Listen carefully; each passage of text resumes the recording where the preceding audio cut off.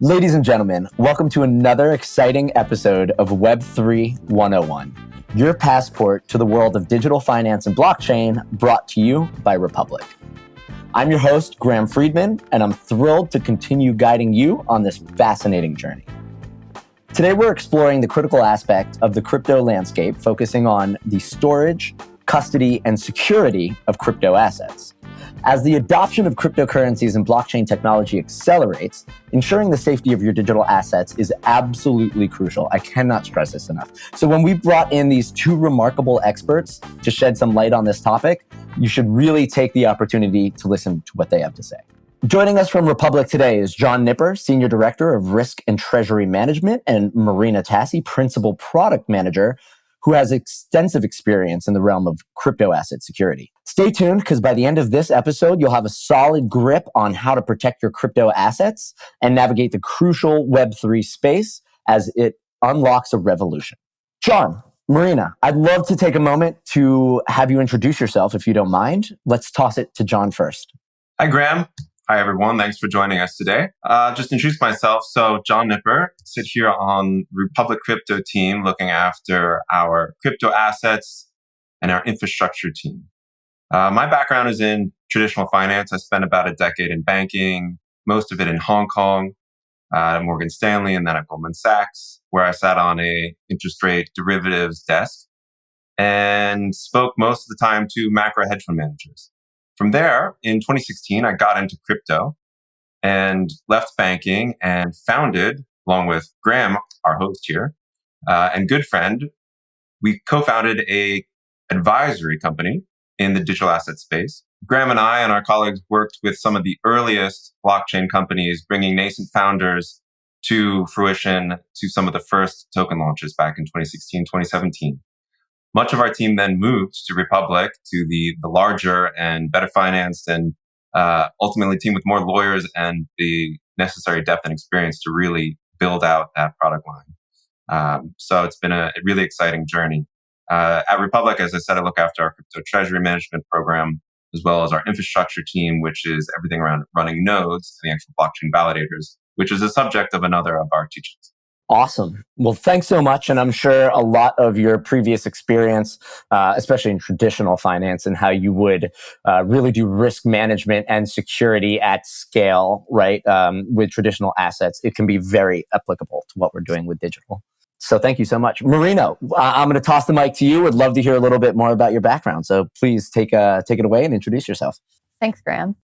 Hey, everyone. So I'm Marina. I'm the Principal Product Manager here at Republic, most known for the Republic Wallet product launch, which came out recently. Check it out. Came out in August. My background is in digital product management and strategic consulting.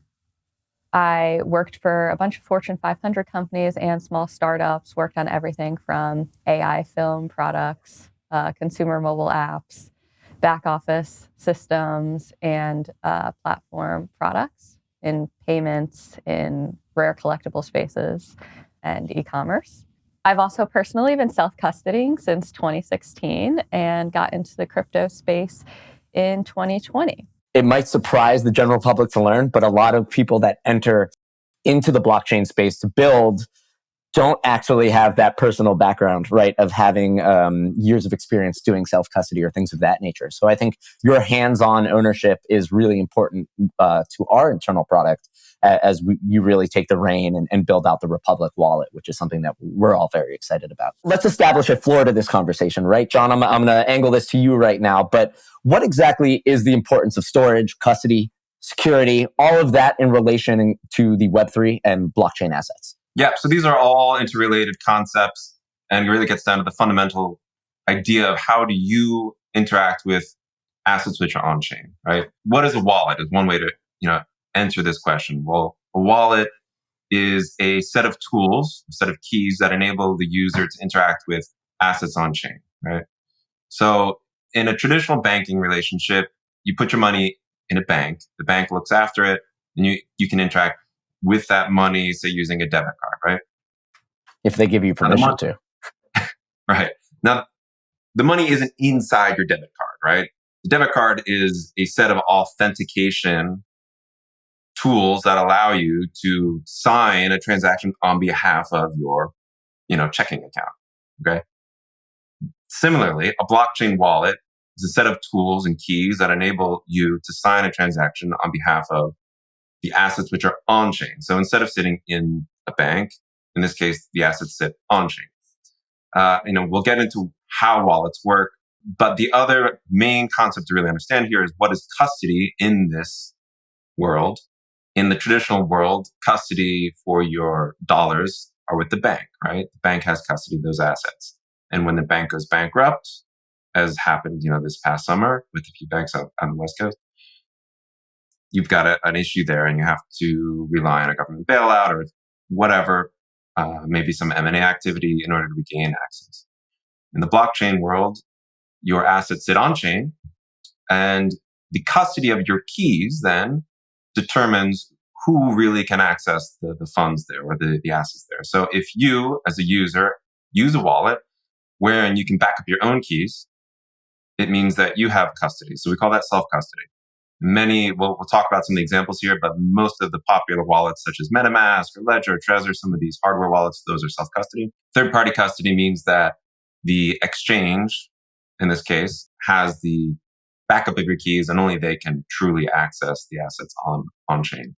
So if your exchange counterparty were to go down, you would lose access if you're relying on them. So this is sort of a trade-off. And the real revolution that blockchain is really bringing as a technology to assets is that it enables self-custody in a way that our traditional financial rails have never allowed up to this point. It's as if every person could hold the deed to their own house, their car, all of their, financial assets themselves in their own set of keys, in their own card that backs up straight to the blockchain without any financial intermediaries. And that's really revolutionary. So just to add a little layer of clarity to this, when you did say the word on-chain quite a few times, that is quite separated, right, from, let's say, buying and selling Bitcoin or Ethereum on Coinbase. Right. So to bifurcate the space, when you interact with assets on an exchange, you're just trading numbers that are sitting on an exchange order book, right?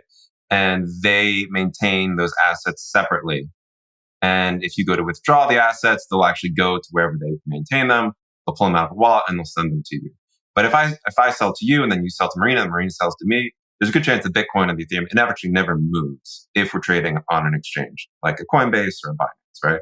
And again, if Binance were to cease operation or if any exchange were to cease operation, so long as the on-chain assets are actually being held in custody by the exchange, you'd be unable to access them. Exactly as we're seeing now with the likes of FTX, Voyager, BlockFi, Celsius, right? Correct. So that's what it means to have third-party custody of your assets, right? As opposed to self-custody. Anytime you're trading on an exchange is going to have custody. Now, the advent of what we call decentralized exchanges is very exciting because it enables people to permissionlessly often trade directly on a decentralized exchange with each other without giving up custody. And so these are some of the big names out there you may have heard of, like Uniswap or Trader Joe's. So this is a way for me to hold custody up until the moment where I actually traded with you. And that's this world of decentralized exchanges. Very cool. It's almost, I like to think of blockchains as operating systems, right? And it's almost like you have a Word file that could sit on a Mac OS or a Windows OS. And that's very different from Google that sits on the cloud above. And if you were to, let's say, have all of your files on Google and Google just went bankrupt and disappeared, you would wish that you held it on a local operating system. If you don't mind, I'll just extend that analogy a little bit. So if each blockchain itself is an operating system, so all of Ethereum is an operating system. And it's this massive online computer. It happens to be distributed and it's always running. And people are always producing blocks. And so long as that distributed online system continues to operate, which, Bitcoin's been around for a decade now. It's in space. It will continue to be accessible and all you need is your keys. So cool. Awesome. Marina, I'm going to toss a question your way. Since you're really coming from the builder side, especially building out this Republic wallet internally, there's a lot of assets there that we're looking to protect, right? So what are some of the main challenges and the risks that are associated with storing and securing digital assets in the Web3 ecosystems? Yeah, I mean, the main one, the most well known, is people who lose their seed phrase or storing the seed phrase or private keys in an insecure way. John mentioned that those keys are actually your main portal into holding assets, into interacting with the blockchain. And the seed phrase is key to that portal. No pun intended. Yeah, that's actually the main challenge. If you're choosing to self-custody, you have the full responsibility for the seed phrase, for your private keys. And even though it gives you a lot of power and ownership over your own assets, it's a responsibility most people are not accustomed to. Most people, they go to a bank, they hand off their money, and they just trust that that bank is keeping it safe. But now that same power is with you. So one of the challenges, I wouldn't say unexpected, is that people do sometimes lose their access point, their seed phrase. There are a lot of innovations in the landscape to actually be able to deal with this, splitting assets across different wallets, being able to create new backup mechanisms for the seed phrase, storing it in traditional banking, but just encrypted. But yeah, that's definitely one of the main challenges. Very cool. I was wondering if you could help maybe just connect a quick dot. You mentioned the seed phrases and the private key. Can you just expand a little bit on their relationship to each other? The seed phrase can always be used to generate the private key. So while your private key actually signs transactions on chain, the seed phrase can actually be used to regenerate that should you ever lose access. So oftentimes a private key is stored on a device, encrypted, accessible by your wallet provider, but your seed phrase is something that you actually write down. It's something that you actually keep.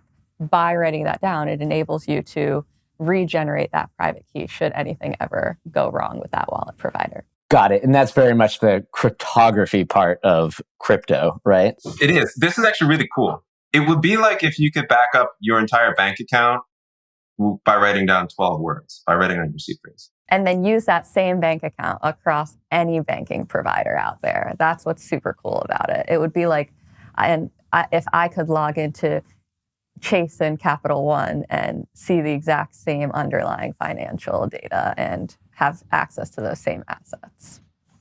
It's portable, right? So it's like if on January 1st, you're banking with Chase, but then you decide to move to California, rather than actually transferring money in the blockchain world, all you need to do is go to another wallet provider, import your seed phrase, and you have access to the funds immediately. Now, common question, Graham, is can't someone just guess my seed phrase? I was going to ask that. I mean, if it's 12 questions or 12 words, can't I just bang in 12 words and maybe I hit a jackpot? No. Basically, it's a really big number set. It's so big that it would take you a long time. Here's our little bit of mental math. So you have 12 words, okay, in your seed phrase. Each word comes from a list of 2048 words in the standard library of words, okay? So it's 2048 to the 12th power is your total possible set of combinations, which is expressed in numbers, it would be 5.4 times 10 to the 39th. Oh. Okay. So here's our thought experiment. If, Graham, you have a computer and your computer can make 1 billion guesses per second, and you have a billion friends to help you, and they all have the same computer. So there's a billion of you and your friends, each making a billion guesses per second. How long would it take you to discover the full number set here? I'm going to go aggressive because that's a lot of friends and a lot of transactions. I'm going to say 1 week. Okay. So it would take you roughly on the order of 172 trillion years, which is 12,000 times older than the known universe. It's a really, really, really big number. And no matter how many computers you throw at this, you wouldn't be able to crack it. Now, what the number set that we're describing is essentially the encryption. Behind blockchains, all of them tend to use a variation of the secure hash algorithm 256, the SHA-256. And it's the same type of algorithm that secures your Gmail or your traditional banking transactions. And it's considered unbreakable, even by the NSA, even by Google and all the cloud computers in the world. And if there's some large technological breakthrough in quantum computing that were to say, render this more of a crackable number, well, we would just all upgrade to the next hashing algorithm that's even more complicated, SHA-512 or whatever comes next. So your seed phrase is safe. No, someone can't just guess it. The actual hacks tend to occur where people type their seed phrase into a box that just pops up on the computer, and that box is actually a hack. Really more of a phishing campaign in that sense than a hack. Yeah. That's right. All right, cool. So I think that was a really nice dive into the just honestly some of the security measures that are inherent inside of a blockchain. There's even more cryptography as we go deeper into it, and that protects and secures your assets.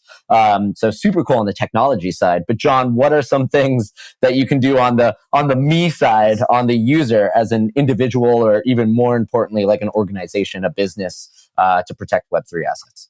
Sure. Okay. So just to give you a brief overview of the space, there are wallets that are more suitable for retail application, and there are wallets that are more suitable for semi-pro or high net worth, and then there's institutional set, and there's obviously some crossover. We tend to talk about wallets being warm, hot, or cold. That is a measure of how connected to the internet they are. So a cold wallet is a wallet that's remote and removed from the internet, and you can only access your keys and your assets when you take, usually it's a USB device, and you plug it into a computer, and then for that brief moment of time, you can actually sign a transaction. Once you unplug the device, no assets will move. So that's a common method. The tools now only cost about $100. So once you're talking about any size of money that you'd be sad about losing, we'd recommend you invest in what's called a hardware wallet. These are cold wallets. For more run-of-the-mill day-to-day things, a lot of people like to use these online web wallets. They're often like browser plugins or standalone programs you can download. MetaMask, Kepler, these are some common names. Those are a little bit easier to use in terms of, you don't need to plug a thing in and remember where it is, but there's a little bit more risk associated with it. And on the institutional level, there's a whole nother suite of software and a lot of development that's happened in the last few years has been in this institutional space, allowing for multi-signature vaults to be created, for people to share shards of keys, to back up their shard with somebody else. If I lose my phone, or if I get fired, I can be replaced by another shard of the key. So there's a lot that's happened in the last few years to make it easier for companies and institutions to hold digital assets in a safe and secure way, similar to how they would hold a traditional asset. Fascinating. And I really think it's important to again stress that you don't need just one wallet, right? So as you did say, if there's a larger sum of money, like a personal savings, keep that safe, keep it offline. Just remember that if you do download something that's in your browser, as you go around the internet and you click on it, just as we click on semi-malicious links, you might accidentally sign permissions from your wallet that maybe you didn't want to. So that's why it's a really good idea to have one wallet that's a little more high risk for the fun of exploring the internet, and then one that stays, inside of a vault or is well protected or something to that measure. Yeah, and to touch a little bit more on that, there are some people, they're looking for the end-all be-all wallet that does everything, right? But at the end of the day, similar to the traditional finance world, different wallets can be kind of made parallel to like bank accounts, and their different bank accounts serve different purposes. Most people have more than one bank account. Most people use more than one banking provider, depending on what they offer you. So it should be thought of kind of in a similar method to that. Yeah. I mean, this is a little bit of a departure, and then the different chains have different banking services, right? So anyway, that's kind of as the ecosystem, as it begins to develop, you can have the custodial side, you can have the implementation side, and all the utility kind of grows out from there. But speaking of custody services, I really would love to move in that direction. Marina, I would be down to toss this question your way. What kind of custody services are available, and like how do they even function? Yeah, so generally we like to bucket it into self-custody and custodial services. So again, everything ties back to those keys that we're talking about, those public-private keys. But who your custodian is really determined by who actually owns those private keys. So if a wallet provider or Web3 banking provider, actually like an exchange or something like that, is holding on to those keys, we consider that custodial. If you're the only one who has access to those private keys, then we consider that self-custodied.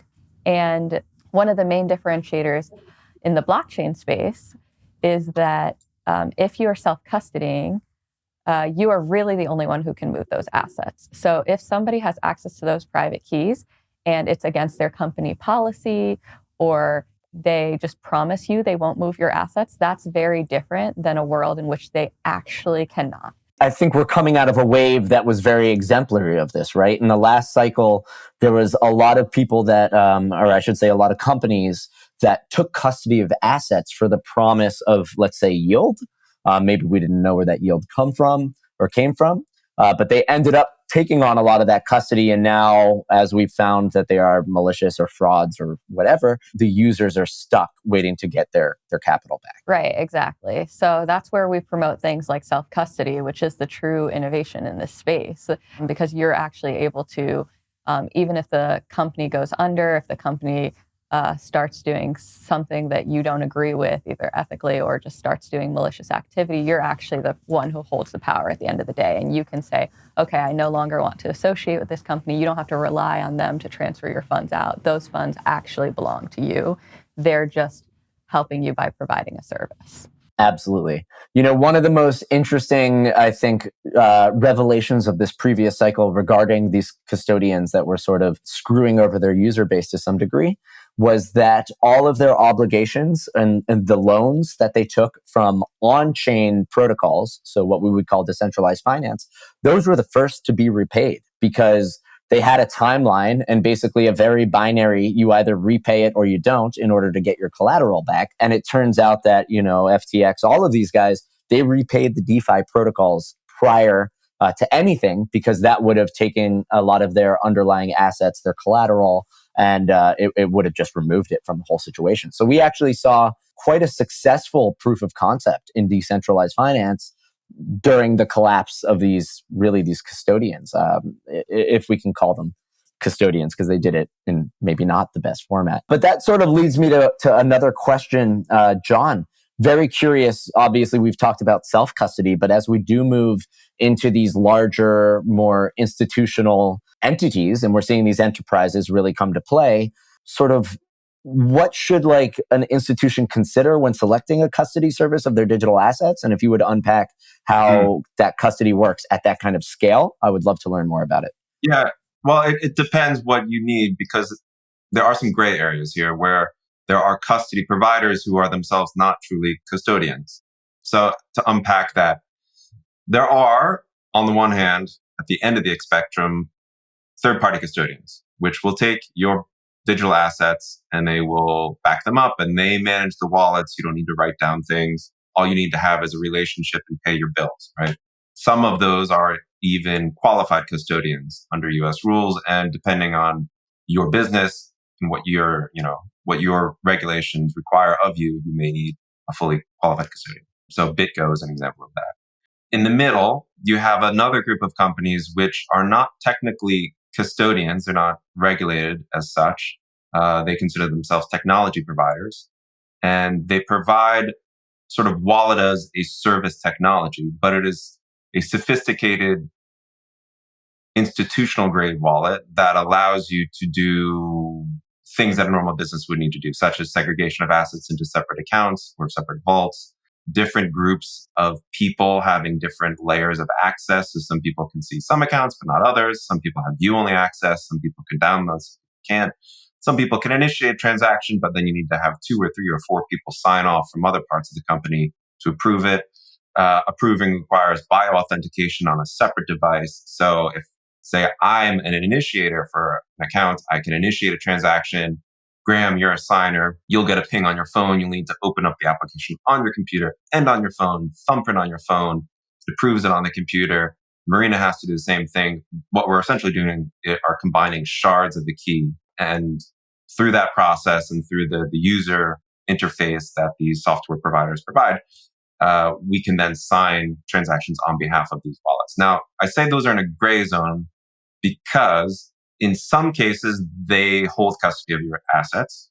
And I'm thinking of, say, Copper in some instances. And in other instances, they don't hold your assets and they provide you with a way to back up your key, essentially write down your seed phrase And if they were to go bankrupt and cease their service tomorrow, you would still have full access to all of your keys. It may require some unpacking process, but at the end of the day, they consider that you, the institution, have custody. Now, what's nice about that solution is they get to avoid custody rules. You, on the other hand, know that you're not taking the counterparty risk of, poof, tomorrow they're gone. What do? Well, you actually have a path to regain your assets on chain. But in the day-to-day environment, it acts very much like a corporate bank account where you can set, signers and approvers, and there's not just one guy with a blockchain wallet, right? As a weak point. On top of that, there's insurance providers. You can get some amount of insurance on top of these institutional accounts, and these are new tools. So these are getting better with every passing year. These did not exist 5 years ago. This is often MPC, multi-party compute technology, which is sort of new cutting edge. Very cool. And this is also something that is kind of being defined as we continue to grow the industry, right? Yeah, very much. So these are new and evolving, fast-growing companies. The technology is getting better really with every month in terms of what you can do, the rules you can create. When we started our startup in 2016, 2017, Graham, like none of this existed. There was maybe one multi-sig on-chain wallet for Bitcoin. Now there are free applications for people who want to do multi-sig. So that's multi-signature, where you need to have, say, 2 of 3 people sign a transaction that you can use for free online, such as Gnosis Safe being one of them on the Ethereum chain. But nothing existed really on an institutional level where you could add users, remove users, and sort of do normal banking. And these tools now exist. Yeah, I think it's one of the biggest steps forward that maybe people don't get too much visibility on, but it's really important to, again, stress how early in its lifespan this industry is. And now we actually have some of the foundational blocks to start building even more intricate applications. So it's really exciting. So Marina, Republic has just done this really big launch. We released the Republic wallet. It's specific to us. Obviously, it has the brand on top of it. But it's my understanding that there was a lot of rhyme and reason in order for us to go and actually build this product. Now, as the leader of the product build and sort of Miss Republic Wallet herself, I would love to kind of toss the ball to your court to wonder, or to get a little more information around why did Republic decide to create its own wallet? And like what makes it unique? Yeah, so to answer that question, I'll go back a little bit. Before the Republic wallet was ever launched, Republic was in the space of doing security offerings. And they also started to break into the space of doing token offerings. Specifically, anyone who is watching this might have even participated in a few of them. And one of the biggest challenges of those token offerings was actually not the offering itself. It was not necessarily the creation of the deal, the investment into the deal, but it was actually the after process. So distributing those tokens afterwards and actually being able to collect wallet addresses from every single investor. Believe it or not, some people would invest and then never even provide a wallet address to actually receive their investment, which is kind of crazy. But additionally, our average user was generally new to the space, interested in innovative technology, but maybe not as deep into crypto as you would expect. So actually using a third-party product, even one as well known as MetaMask, was a new experience for them and oftentimes pretty challenging, a little bit intimidating to go download something, not actually have any hand-holded guidance around what exactly they have to do to receive those assets, set up those assets, actually provide the necessary information to us. So the main goal in building the Republic wallet was to ease any of that friction for an end user, introduce them to the crypto space in a way that's native to them. It's completely built into our site. It's built into our token offerings. So now when you invest in our token offerings, if they're on a supported blockchain, you can actually set up your wallet as just part of the process. It's in browser, no need to download anything. And you'll already see those assets set up in the wallet. There's no need to set up and find those assets yourself. Which is pretty interesting. So that's the main reason why we built it, but you can see that there's probably a big future there around security token specific functionality. Yeah, we're really excited here as a team because the wallet layer is really the first point of contact between the user and the blockchain.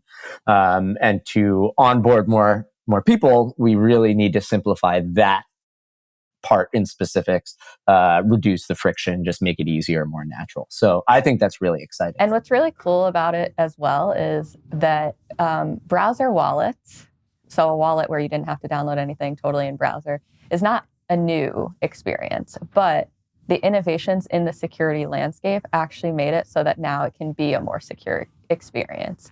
Browser extension wallets, mobile apps generally were always thought of like as the peak security standard. But as we've innovated in the security world, we're able to actually go back to an old user experience that was arguably better, depends on the use case, but now actually make it secure. Very cool. And, not to confuse security with securities, but our last episode, we had a conversation around STO, security token offerings, and all the things going on with how Republic looks at taking securities as they exist, putting them on chain. How exactly, do STOs and security tokens and everything in that world relate to the Republic wallet? Yeah, so you probably learned in the last session that security tokens, they generally have a unique subset of functionality compared to, I guess, standard tokens like an ERC20 or something. An example of that is security token is transfer restricted so that it can follow US regulations. So it has transfer restrictions. It might have lockup periods that go with the vesting schedules. Those are things that other wallet providers out there, they'll let you attempt a transfer between one wallet to another if you're a security token holder, but that transfer will fail. And oftentimes the fees that you paid for that transfer are just totally foregone. And it will fail due to the transfer restrictions. So one of the first security token specific functionalities of our wallet is that we actually tell you upfront if that transaction is going to fail before you waste any fees. We actually read the transfer restrictions associated with that token. Transfer restrictions aren't the only functionality of securities. As you can imagine, the security token landscape becomes more advanced. We introduce new functionality like voting or dividend distribution or whatever else we come up with. It's a smart contract, right? We can decide. As that happens, we'll actually build out functionality specifically to support security tokens. So ideally, the Republic wallet will become the home for all securities offered at Republic. That's very exciting. And I think the gas thing is a really good point because in blockchain world, the gas fee is really just borrowing computer time from these global computers. So if you, just because you put something into the computer, if it comes back like, that didn't work because you don't have permission, you're still spending the money to run that computation through it, right? So you will lose money on gas. Right. And it can be a big pain in the butt if you don't really understand what's happening. And it's not only the gas fee, though. It's also the guess and check and the time that you take. Oh, let me see if I can send it to this wallet. Oh, no. What do I have to do and fix? So the gas fees, they add up, but also the experience is just imagine if you went to go transfer money to somebody and every single time you went to transfer it, the bank came back a day later and was like, hey, that actually didn't work. Try again. We have no guidance for you on what went wrong. Believe it or not, that is my standard experience with sending wires. So maybe we're moving in the right direction. And this is where having a better wallet really makes a big difference. That a good wallet designed well, like the Republic wallet is, it makes it easy for the user to navigate and, send, receive funds, not make stupid mistakes, not accidentally send it to the wrong place. It will save them time, maybe money in terms of not sending or trying to send a transaction that's really blocked. But not only that, it's multi-chain. So it supports multiple chains. And to back up, because this may be a point of confusion for some people, but a wallet is different than a chain. Each of the different blockchains are their own operating systems. So there's Bitcoin, there's Ethereum, there's others, Solana and Avalanche. And each of these run at their own speeds and have their own sets of decentralized participants, their own networks, essentially, different versions of the internet. And our wallet works across these different versions of the internet, the different blockchains. Now, you can use, there's, hundreds of different wallets that you could use just on the Ethereum chain, and some will be better and some will be worse. And if you get into the real nitty gritty of how your private key is being stored and backed up and encrypted, there are worlds of difference between some of these wallets. And that's hard for a consumer to just see at a glance what's going on in the back end. And that's what real engineering time and resources have to go into to make secure. I mean, fascinating. I'd just be curious if you could expand on it. Open to either of you two. Are there emerging techs or trends that are shaping the way that storage, custody, and security in Web3 are growing? Well, John mentioned one earlier, which is the MPC technology. Right now, MPC and even multi-sig was traditionally an institutional only technology. But as the landscape grows, more of those advancements are actually becoming available to the average retail user. So people who want to use wallets for their own personal funds. So John mentioned MPC providing security by splitting your key up into pieces that different people can own. But there's also multi-sig, right? Two different people with different wallets can come together and sign off on a transaction. So that creates the space for joint investing. And also like different approval layers. There's also innovations like social recovery. A big wallet out there that uses social recovery is Argent Wallet. So they actually allow you to select some other people to recover your wallet on your behalf.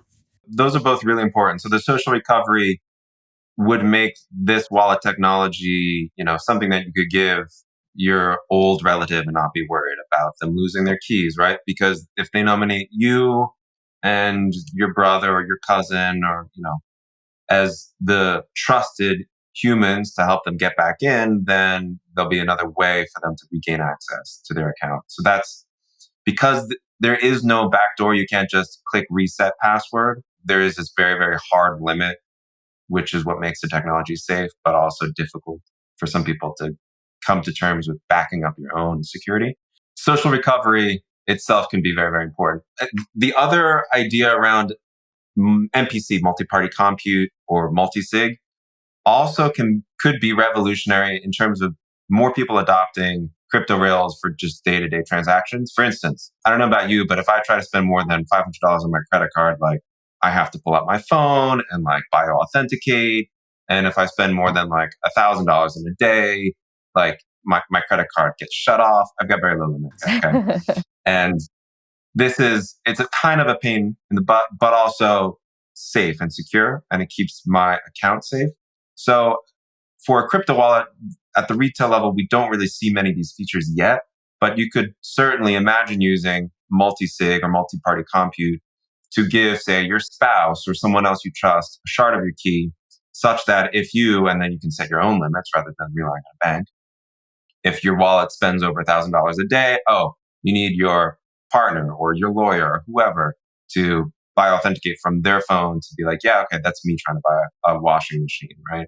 So these are things that will definitely come in the near future. That makes a lot of sense. I've participated in quite a few multi-signature campaigns, and it's quite easy, and it is quite fun to have a little bit of that dialogue. It's often like governance on-chain sort of groups, or when you have the financial rails, you can take a chat room and turn it into a quasi business. It's all very interesting, and a lot of this tech is helping that shape and grow.